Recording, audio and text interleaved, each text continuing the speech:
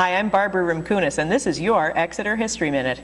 Today's topic is pottery, particularly the Lamson pottery of Exeter.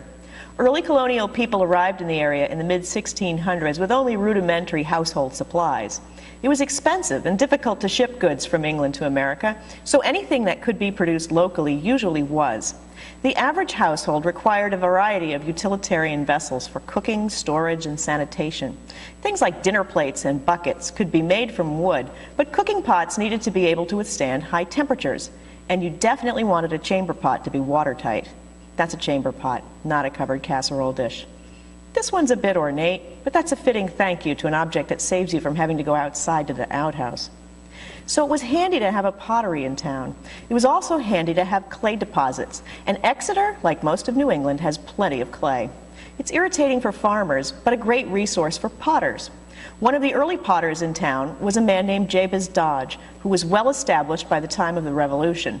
The craft took years to learn, so businesses tended to stay within families. The Dodge family intermarried with the Philbrick and Lamson families, also potters. Jabez Dodge's grandson, Asa Lamson, ran the Dodge pottery in the mid-1800s and changed the name to Exeter Pottery Works. This same business changed its names a number of times: Lamson Pottery, Lamson Brothers Pottery, Lamson and Field, and finally Frank Lamson. Most of the pottery coming from the Lamsons was utilitarian. It was made to be used and eventually disposed of. Usually red earthenware pottery coated with lead glaze, generally clear but sometimes colored, like these. They made bean pots, jugs, milk pans, custard cups, wash bowls, spittoons, chamber pots, jars, vases, flower pots, and chimney safes.